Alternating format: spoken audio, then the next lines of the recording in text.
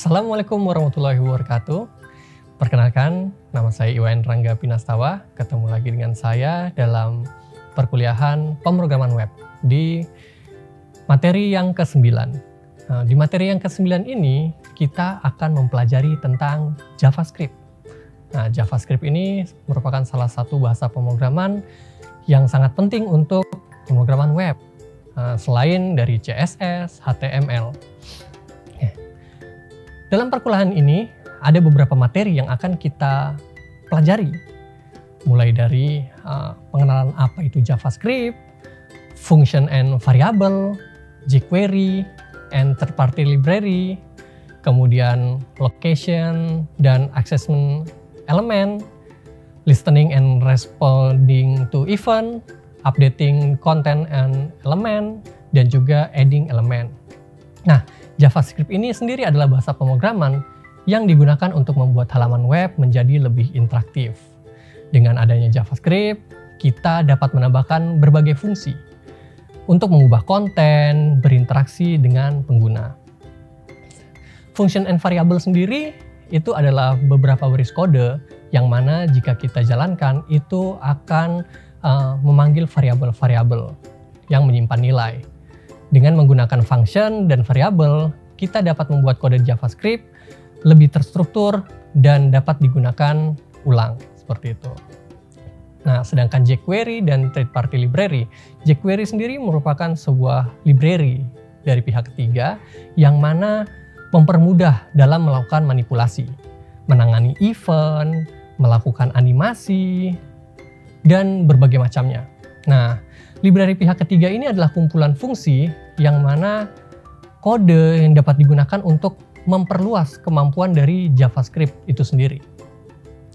Kemudian kita juga akan mempelajari tentang location dan accessing element, yang mana JavaScript itu dapat digunakan untuk menemukan dan juga berinteraksi dengan berbagai elemen HTML lainnya yang ada pada halaman web. Anda dapat mengakses halaman web atau elemennya berdasarkan ID, kelas, tag, dan hubungan parent-child lainnya. Kemudian kita juga akan mempelajari tentang listening dan responding to event. Jadi berbagai event itu akan terekam dan juga bisa didengarkan atau diambil responnya. Jadi contohnya seperti kita klik mouse akan menjadi apa eventnya, seperti itu. Dari event yang ada kita bisa mengambilnya untuk mengubah menjadi ke event lainnya, seperti itu. Kemudian ada updating content and element, yang mana untuk updating ini dapat menggunakan JavaScript dalam mengubah konten elemen HTML, seperti mengganti teks, atribut, atau isi elemen lainnya. Ini memungkinkan kita dapat melakukan perubahan pada web dengan lebih dinamis, seperti itu. Kemudian ada juga adding element, yang mana pada adding element ini JavaScript memungkinkan kita untuk membuat dan menambahkan elemen baru. Ini dapat digunakan untuk membuat struktur HTML baru atau menanggapi input pengguna dengan menambahkan elemen yang lebih dinamis. Terdapat materi-materi lainnya yang bisa teman-teman akses dari selain video ini. Ada materi PPT, kemudian ada juga materi lainnya yang ke web, seperti itu. Yang diharapkan dengan mempelajari keseluruhan materi ini, itu kita atau teman-teman dapat memahami dan menjelaskan dasar-dasar serta melatih penggunaan elemen-elemen JavaScript, serta mampu juga untuk memahami dan juga menjelaskan dasar-dasar dan melatih penggunaan elemen JavaScript, seperti itu.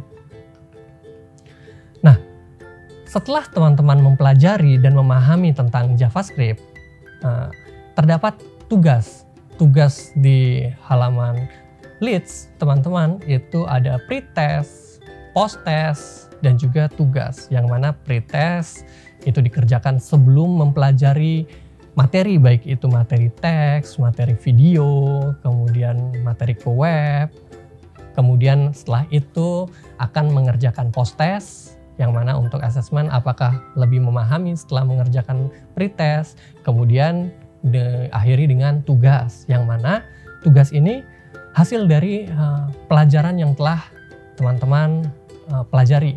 Di sini dari JavaScript diberikan tugas untuk membuat halaman HTML untuk mengkonversi nilai angka menjadi nilai huruf menggunakan JavaScript. Contohnya konversi nilai dari angka 0 sampai dengan 40 itu adalah nilai E.